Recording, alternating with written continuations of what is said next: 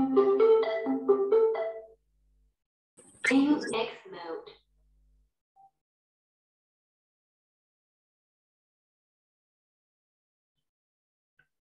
Sambil menunggu mahasiswa yang lain memasuki ruang kelas, kita mulai perkuliahan hari ini dengan membaca basmalah. Bismillahirrahmanirrahim. Innal hamdalillah la haula wala quwata illa billahi wa mal wala. Asyhadu alla ilaha illallah wahdahu la syarikalah wa asyhadu anna Muhammadan abduhu wa rasuluh. Amma ba'd. Assalamualaikum warahmatullahi wabarakatuh. Waalaikumsalam warahmatullahi wabarakatuh. Selamat malam, salam sejahtera untuk mahasiswa semua. Pertama-tama kita panjatkan rasa syukur serta puja dan puji hanya kehadirat Allah Subhanahu wa Ta'ala yang atas berkah dan rahmatnya serta izin dan ridhonya kita bisa berjumpa lagi di perkuliahan hukum internasional. Dan salam dan sholawat kita sampaikan kepada Nabi kita, junjungan kita, idola kita sepanjang zaman, Nabi Allah Muhammad Sallallahu Alaihi Wasallam beserta keluarga dan para sahabat beliau. Sebelum kita masuk pada materi kuliah hari ini, kita akan berdoa dulu bersama-sama, memohon kepada Allah Subhanahu wa Ta'ala agar Allah meridhoi kita dalam kegiatan belajar mengajar pada malam hari ini dan limpahan rahmat serta manfaat tercurah untuk kita semua. Bismillahirrahmanirrahim. Allahumma inni as'aluka ilman nafi'an wa rizqan thayyiban wa amalan mutaqabbalan. Amin ya rabbal alamin. Ya Allah, sungguh hamba bermohon kepadamu ilmu yang bermanfaat, rezeki yang baik dan amalan yang diterima. Pada malam hari ini kita akan meneruskan pembahasan tentang titik-titik pertalian dalam hukum perdata internasional yang rekaman kuliahnya pada minggu yang lalu sudah saya share ke grup masing-masing kelas. Mudah-mudahan mahasiswa walaupun terbatas pada perkuliahan daring, ya, mampu memahami apa yang sudah disampaikan, apa yang sudah dibahas di minggu yang lalu, sehingga pembahasan materi pada malam hari ini cepat ditangkap oleh mahasiswa. Maka apabila ada pertanyaan sementara saya dalam proses pembahasan menjelaskan, tanyakan saja langsung, tidak perlu menunggu saya sampai mempersilahkan gitu ya. Nggak apa-apa, tanya aja, karena kalau menunggu sampai saya persilahkan nanti khawatir pertanyaannya justru lupa gitu ya. Jadi kalau ada pertanyaan langsung aja, jangan biarkan ketidakpahaman pada materi perkuliahan itu berlarut-larut gitu ya, karena ini pembahasannya itu saling berkaitan antara pertemuan minggu yang lalu dengan sekarang dengan minggu depan dan seterusnya. Jadi kalau ketidakpahaman dibiarkan, itu nanti seterusnya akan tidak paham gitu ya. Padahal tujuan untuk belajar itu kan memahami gitu ya, memahami dulu, kemudian nanti pada tingkatan selanjutnya mempraktekkan gitu. Bagaimana kita mau mempraktekkan kalau kita tidak memahami materinya, teori-teori hukumnya gitu ya. Jadi tanya aja langsung. Jangan, tidak usah khawatir nanti di nanti Bu Nizla lupa kalau disela dengan pertanyaan. Kadang-kadang saya lupa. Nah, itu nanti kan mahasiswa bisa ingatkan gitu ya. Misalnya tadi pembahasannya sampai mana ya. Nah, itu kan bisa diingatkan ya. Nah, seperti yang sudah kita bahas minggu yang lalu, permasalahan hukum ini tidak hanya terjadi pada satu wilayah negara saja. Kalau penyelesaian permasalahan hukumnya hanya melibatkan para pihak yang para pihaknya ini sama-sama tunduk pada hukum negara yang sama, persoalannya tidaklah serumit apabila sengketa tersebut melibatkan para pihak yang para pihaknya berbeda ketertundukan hukum, atau para pihaknya berdomisili di negara yang berbeda, atau para pihaknya melakukan perbuatan hukum tersebut di luar negeri, bukan di negara di mana mereka berkewarganegaraan gitu ya. Nah, ini menjadi permasalahan. Disinilah hukum perdata internasional hadir untuk menentukan hukum negara mana yang dipakai pada permasalahan hukum yang di dalamnya ada unsur asing, dan menentukan pengadilan mana yang berwenang untuk mengadili terhadap sengketa yang di dalamnya ada unsur asing. Ini yang diselesaikan oleh hukum perdata internasional.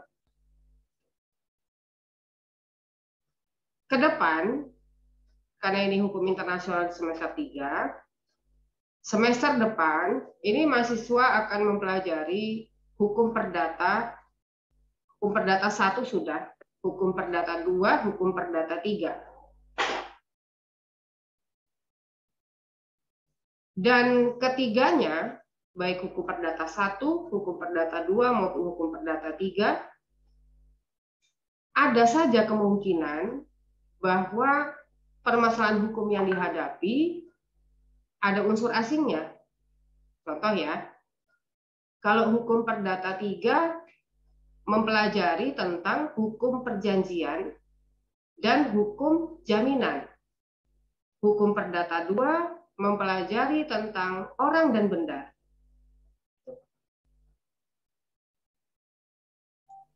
Kalau hukum perdata 1 mempelajari apa? Coba saya tanya. Siapa yang bisa jawab? Hukum perdata 1 kan sudah diambil. Belajarnya tentang apa? Orang dan badan hukum, Bu. Orang dan badan hukum. Hukum perdata 2 sudah ambil belum? Sudah, Bu, hukum waris. Oh, hukum perdata 2 tentang hukum waris, bukan tentang benda. Tentang Bukan, waris. Bu. Iya, Bu. Sudah belajar hukum benda? Di hukum perdata mana hukum benda? Hukum perdata 1, Bu. Oke, ya baik. Ya contohnya seperti itu. Ya terima kasih ya Agus ya sudah menjawab. Contohnya dalam hukum perdata 1 mempelajari orang dan badan hukum. Yang dipelajari pada hukum perdata 1 orang dan badan hukum yang berada di wilayah Indonesia. Namun tidak dipelajari bagaimana kalau badan hukum di Indonesia menjadi buyer, sementara badan hukum yang di negara lain menjadi seller. Seperti apa penyelesaian hukumnya kalau ada sengketa, gitu ya. Demikian juga benda yang dipelajari di hukum perdata 1. Misalnya, berkaitan dengan hukum perdata 2 yang membahas tentang hukum waris. Bagaimana kalau ada seorang warga negara Indonesia, dia tetap warga negara Indonesia, tapi dia bertempat tinggal sehari-hari di Amerika, berdomisili di Amerika, kemudian meninggal dunia. Maka berkaitan dengan hak hukum warisnya, karena dia meninggalkan beberapa benda, aset, ya, beberapa harta waris, yang harta warisnya ini tersebar di berbagai negara, muncul permasalahan hukum. Nah, harta waris ini dibagi berdasarkan hukum negara mana? Apakah hukum negara di mana pewaris berkewarganegaraan? Atau pakai hukum negara di mana pewaris berdomisili? Atau memakai hukum waris di mana benda itu berada. Nah, ini menjadi permasalahan hukum. Disinilah hukum perdata internasional hadir. Setelah mahasiswa mempelajari hukum perdata 1, hukum perdata 2, dan hukum perdata 3 semester depan. Hukum perdata 3 mempelajari tentang hukum perjanjian dan hukum jaminan. Hukum perdata internasional juga berperan ketika misalnya seorang warga negara Indonesia, dia punya tanah di Malaysia. Di atas tanah tersebut akan dia dirikan misalnya rumah sewa atau kos-kosan, gitu ya. Untuk membiayai pembangunan kos-kosan dia nggak punya uang, maka dia mengajukan pinjaman ke bank. Warga negara Indonesia, tanahnya di Malaysia, mau pinjam ke bank. Banknya yang mana? Karena dia berdomisili di Singapura, maka dia pinjamnya di Bank Sumitomo, cabang Singapura. Bank Sumitomo ini bank afiliasi dari Bank Jepang ya, di Jepang. Pusatnya di Jepang, tapi dia punya cabang di Singapura. Nah, ini yang punya tanah warga negara Indonesia. Tanahnya di Malaysia, mau dijadikan jaminan untuk hutang, mau bikin kos-kosan di atas tanah tersebut, gitu, ya kan? Ngajuin pinjamannya ke Bank Sumitomo cabang Singapura karena si WNI ini domisilinya di Singapura, dia kerja di Singapura, tempat dia beraktivitas sehari-hari di Singapura. Pandemi COVID melanda. Beberapa karyawan yang kos di tempat dia dirumahkan, ya udah kosong kos-kosannya kan. Sementara cicilan pinjaman masih berlangsung. Wah, dia menyatakan pilot. Saya nggak sanggup lagi bayar, karena saya bayar cicilan ke bank itu pakai penghasilan dari kos-kosan. Ya, nggak ada penghasilan lagi karena pandemi COVID. Nah, ini terjadi ya di Indonesia. Banyak sekali yang seperti ini. Banyak yang menjual kos-kosan karena waktu membangun kos-kosan pakai pinjaman ke bank. Nah, ini permasalahannya masih di wilayah Indonesia. Orang Indonesia punya tanah di Indonesia, minjemnya di Bank Indonesia. Selesai. Pakai undang-undang kepailitan Indonesia, udah kan gitu. Tapi kalau tanahnya beda negara, krediturnya, banknya beda negara. Nah, ini kalau pilot gimana nih? Si WNI-nya nggak mampu bayar. Terus bagaimana? Gitu ya. Ini pengajuan pilotnya ke Pengadilan Niaga Jakarta, Indonesia ya, karena di warga negara Indonesia, atau ke pengadilan, saya nggak tahu kok di Malaysia namanya apa. Kita samakan aja Pengadilan Niaga Malaysia, karena tanahnya di sana kan, kos-kosannya di sana. Atau pakai Pengadilan Niaga Singapura, karena krediturnya Bank Sumitomo Singapura. Berarti ada 3 sistem hukum yang harus diselesaikan oleh majelis hakim, mau pakai hukum negara mana. Dan pengadilannya kemana? Betul nggak ke sini? Gitu. Gitu ya. Sampai di sini bisa dipahami ya, betapa pentingnya kita mempelajari hukum perdata internasional. Jadi tidak hanya mempelajari hukum perdata nasional saja. Karena ke depan kita akan banyak sekali melihat kasus-kasus yang di dalamnya ada unsur asing. Nah, ini penyelesaian hukumnya seperti apa? Ada pertanyaan sampai sini? Silakan. Bisa dipahami? Coba Mas Agus, apa pentingnya, apa manfaatnya kita belajar hukum perdata internasional?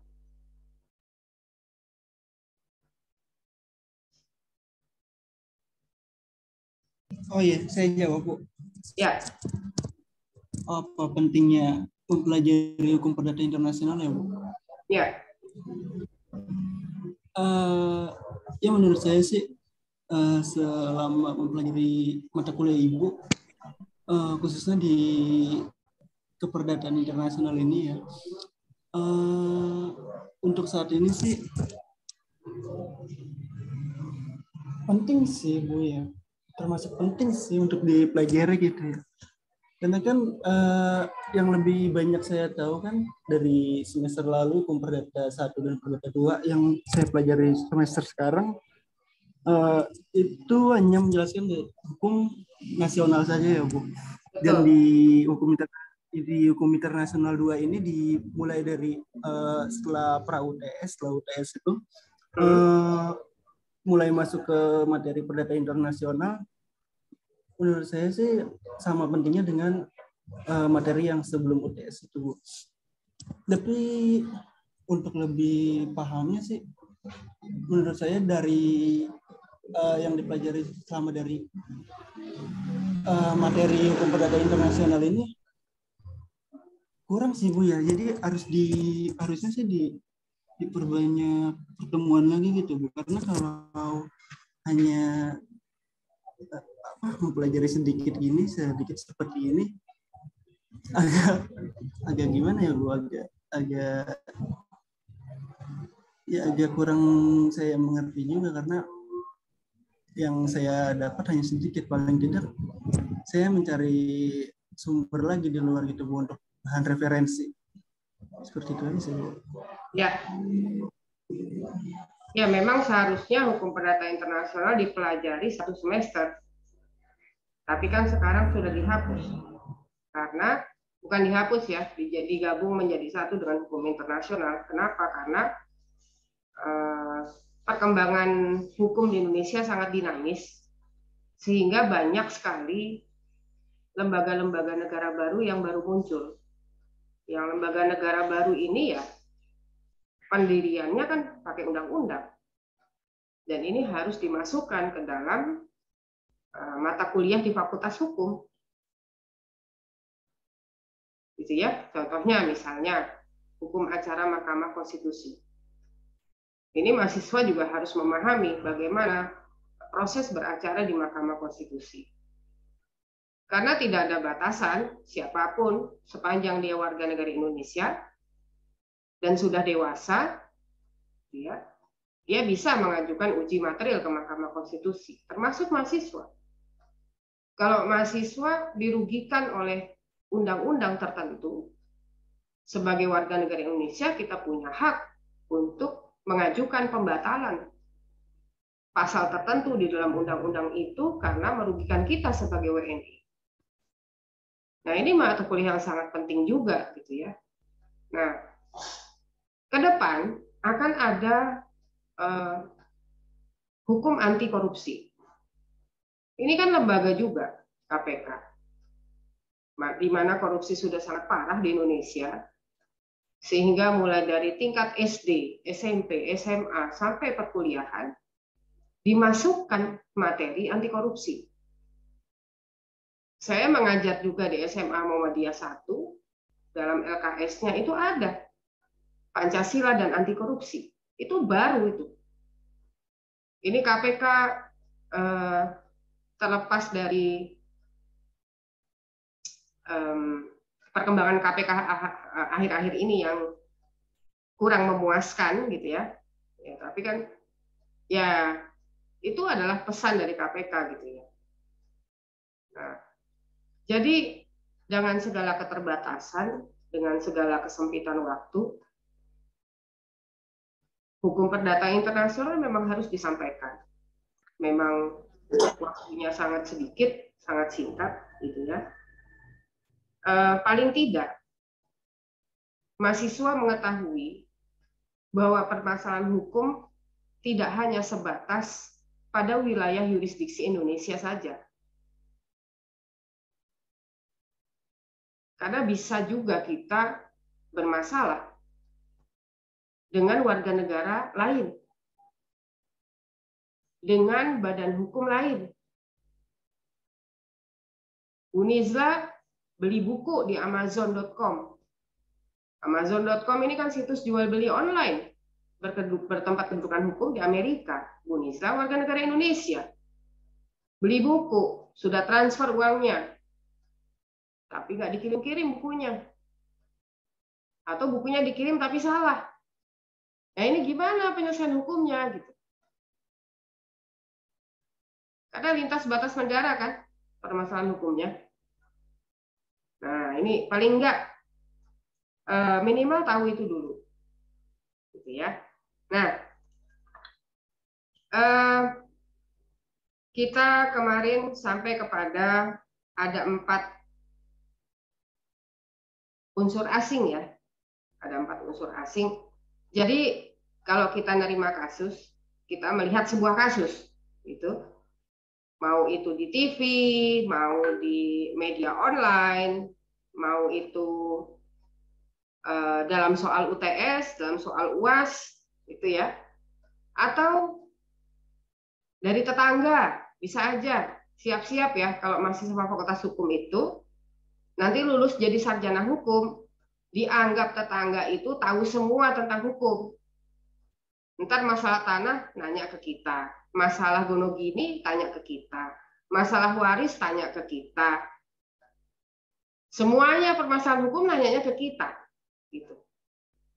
Kita dianggap tahu segalanya, gitu ya. Pokoknya lo kan orang hukum masa nggak tahu, nah gitu. Itu andalannya biasanya gitu. Atau nanti pas KKN juga begitu tuh. Ada yang bertengkar masalah waris nih, warganya datang ke posko KKN. Mau ketemu sama Mbak KKN yang fakultas hukum. Nah, itu siap-siap tuh. Gitu ya. Itu dianggap tahu kita. Padahal hukum itu kan sangat luas. Ada hukum agraria, ada hukum perdata, ada hukum pidana, ada hukum tata negara, hukum administrasi negara. Tapi dianggap kita tahu semua. Gitu ya. Nah, ini ya siap-siap aja. Nah, kalau semester 3 masih belum ditanya-tanya. Nanti kalau udah semester 7 ya mau akhir-akhir mau skripsi, nah itu siap-siap tuh. Jadi aduan dari saudara, dari keluarga gitu ya. Wah, itu tempat bertanya kita itu. Ya. Kita anggap itu sebagai kehormatan. Gitu ya. Namun kalau tidak tahu jawabannya, bilang aja gitu. Nanti ya saya tanya dosen agraria dulu, misalnya ya gitu ya. Atau misalnya coba nanti saya buka undang-undang yang baru. Nah gitu. Baru belajar gitu ya. Nah, ketika kita menghadapi sebuah peristiwa hukum, mau itu menimpa keluarga kita, mau nerima tetangga, saudara, soal UTS, UAS, gitu ya, kehidupan sehari-hari. Yang pertama kita lihat itu ada unsur asingnya enggak? Itu dulu. Kalau enggak ada unsur asingnya, iya pakai hukum perdata Indonesia, pakai KUH Per. Tapi kalau ada unsur asingnya, kita nggak bisa pakai KUH Per. Sebab di sana ada hukum asing yang harus kita hormati juga keberadaannya. Karena setiap negara menghormati peraturan perundang-undangan negara lain. Itu wajib. Gitu, ya. Nah, kalau kita nerima sebuah permasalahan hukum, kita selidiki dulu. Ini ada unsur asingnya apa enggak ada? Kalau ada unsur asingnya, berarti pakai Undang-Undang Hukum Perdata Internasional Indonesia. Tapi sayangnya Indonesia kan masih berupa rancangan undang-undang. Berarti nggak bisa dipakai jadi dasar hukum gitu kan? Tapi walaupun belum bisa dipakai menjadi dasar hukum karena belum disahkan menjadi undang-undang, kita bisa pelajari isinya. Pasal-pasal di dalam situ bisa kita pelajari. Buat apa? supaya kita bisa bikin perjanjian.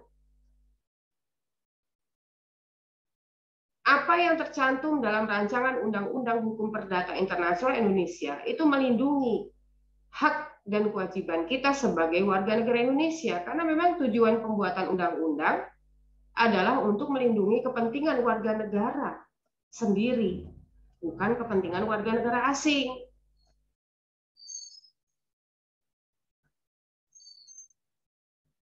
Jadi kalau mau nikah misalnya sama orang asing, kan ada unsur asingnya tuh. Gitu kan? Pelajari RUU Hukum Perdata Indonesia. Oh, belum bisa berlaku. Ya, kalau nggak bisa berlaku berarti bikin perjanjian perkawinan. Isinya apa? Isinya apa yang sudah diatur dalam RUU. Karena itu melindungi kepentingan kita sebagai WNI. Pelajari juga Undang-Undang Hukum Perdata Internasional negara dia, negara calon suami atau calon istri yang orang asing ini. Karena dia pasti punya Undang-Undang Hukum Perdata Internasional negara dia. Ya sama, Undang-Undang HPI dia melindungi warga negaranya, kan gitu. Maka kita bikin perjanjian yang berkebalikan dari Undang-Undang HPI dia. Gitu ya. Itu paling tidak minimal kita bisa meminimalisir akibat hukum dari kita berinteraksi perdata dengan warga negara asing. Nah, dalam mempelajari seperti apa unsur asing yang ada dalam sebuah peristiwa hukum, kita membedakannya dengan titik pertalian primer dan titik pertalian sekunder. Gitu ya. Nah, minggu yang lalu titik pertalian primer itu disebut juga sebagai titik taut pembeda. Kenapa disebut pembeda? Untuk membedakan apakah peristiwa hukum yang sedang kita alami, yang sedang kita hadapi, mengandung unsur asing atau tidak. Jadi dibedakan. Makanya pembeda disebutnya. Titik taut pembeda atau titik pertalian primer itu ada 7 pembedanya.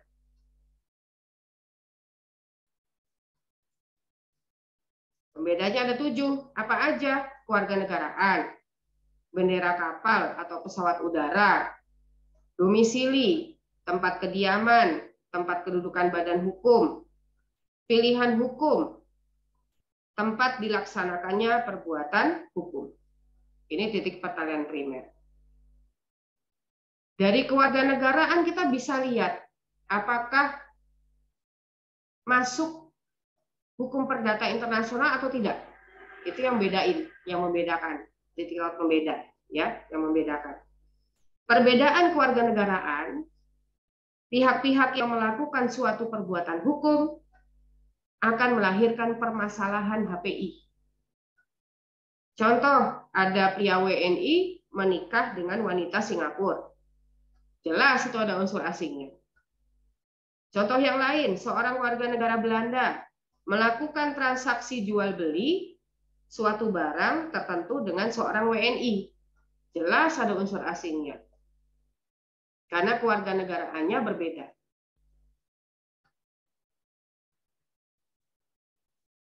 Itu kalau orang, gitu ya. Itu kalau orang. Yang kedua, bendera kapal dan pesawat udara. Nanti dipelajari pasal 1 Undang-Undang Nomor 17 Tahun 2008 tentang pelayaran. Itu ada pengertian kapal itu apa? Gitu ya. Itu dipelajari. Kemudian Undang-Undang Nomor 1 Tahun 2009 tentang penerbangan ini memberikan pengertian tentang pesawat udara. Nah, nanti dipelajari juga. Kenapa harus dipelajari? Karena kapal dan pesawat udara memiliki kebangsaan. Dia benda, tapi punya kebangsaan. Jadi bedanya kalau kita orang punya kewarganegaraan, kapal dan pesawat udara punya kebangsaan. Itu. Jadi kapal dan pesawat udara itu punya identitas, punya ketertundukan hukum. Kalau kita sebagai orang, warga negara Indonesia, ketertundukan hukum kita pada hukum perdata dan hukum pidana Indonesia. Kalau kapal dan pesawat udara, ketertundukan hukumnya pada benderanya. Benderanya apa? Ya Allah. Ya, atomiknya. Ya, ketertundukan hukumnya dari bendera kapal. Kebangsaan kapal dan pesawat udara berkaitan dengan hukum negara mana kapal dan pesawat udara itu tunduk. Jadi kebangsaan kapal dan pesawat udara ditentukan berdasarkan di mana kapal dan pesawat udara itu didaftarkan. Contoh ya, Susi Air. Ini sebagai contoh aja, saya tidak sampai menggali sejauh mana PT Susi Air itu mendaftarkan pesawat udaranya, ya. Susi Air ini punya Bu Susi Pujiastuti, Menteri Kemaritiman ya, mantan Menteri Kelautan. Nah, Bu Susi ini punya 39 pesawat udara. Belinya di Inggris. Walaupun Bu Susi warga negara Indonesia, tapi kalau pesawat udaranya didaftarkan di Panama, maka pesawat udaranya berkebangsaan Panama, walaupun pemiliknya orang Indonesia.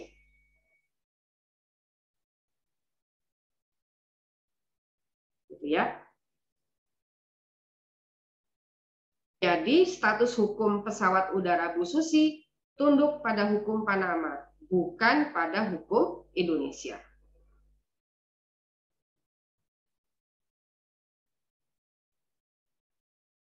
Jadi, kalau ada warga negara Malaysia, misalnya, mengadakan perjanjian pengangkutan hasil laut dengan Susi Air, menggunakan pesawat Susi Air yang berkebangsaan Panama.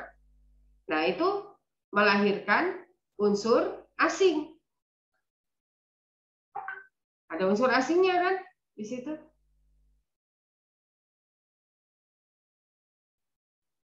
Yang ketiga, domisili.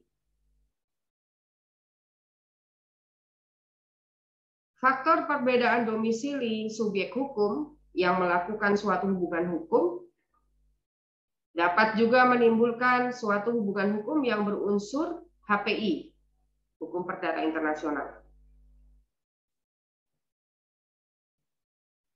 Contoh, seorang wanita Inggris yang berdomisili di Colorado, Amerika Serikat, menikah dengan pria Inggris yang berdomisili di London, Inggris. Warga negaranya sama-sama warga negara Inggris, tapi domisilinya yang satu di Amerika, yang satu di Inggris. Menikah, ada unsur asingnya, ada HPI-nya. Kenapa? Karena domisilinya berbeda. Ya. Yang keempat adalah tempat kediaman. Nah, ini sangat menarik karena negara-negara common law itu membedakan antara domisili dengan tempat kediaman. Sedangkan Indonesia sama, domisili ya sama dengan tempat kediaman. Common law beda. Dalam sistem hukum common law dibedakan antara domisili dengan tempat kediaman. Tempat kediaman mereka menyebutnya sebagai residence. Makanya ada PR kan, permanent residence. Domisili ya domisili. Dalam sistem hukum common law, kediaman adalah tempat tinggal sehari-hari. Residence. Tempat tinggalnya sehari-hari di mana? Misal, dua orang berkewarganegaraan Inggris yang untuk sementara waktu bekerja di Texas, Amerika Serikat. dan memiliki kediaman di Texas melakukan pernikahan di Texas akan melahirkan hubungan HPI.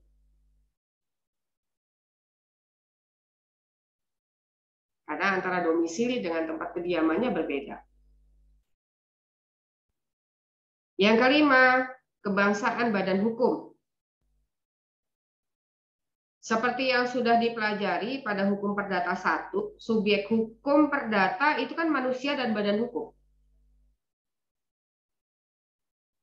Manusia natur person, badan hukum reh person.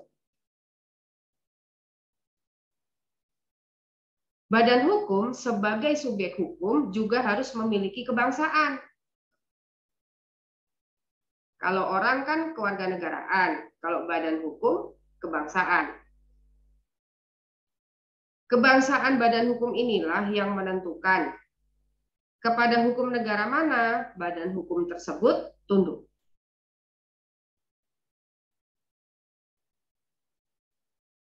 Sampai sini ada pertanyaan? Silakan.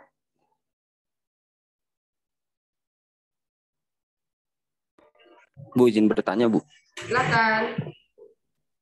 Tadi kan Setelah Ibu ini habis sempat kita nyambung lagi ya. Ya, silakan. tadi kan Ibu sempat menyinggung soal kalau misalnya kita belanja di Amazon, nah itu temu tuntutnya itu harus pakai hukum perdata internasional, Bu. Ya. Bisa tahu saya antara pengguna dengan pengembang aplikasi itu kan tunduk kepada EULA, Bu. Jadi itu gimana, Bu? Penyelesaiannya, Bu? Ya. Pertama, kita adalah konsumen yang dilindungi oleh Undang-Undang Perlindungan Konsumen Nomor 8 Tahun 1999. Siapapun pelaku usahanya, mau dia di dalam negeri, mau di luar negeri, kita konsumen.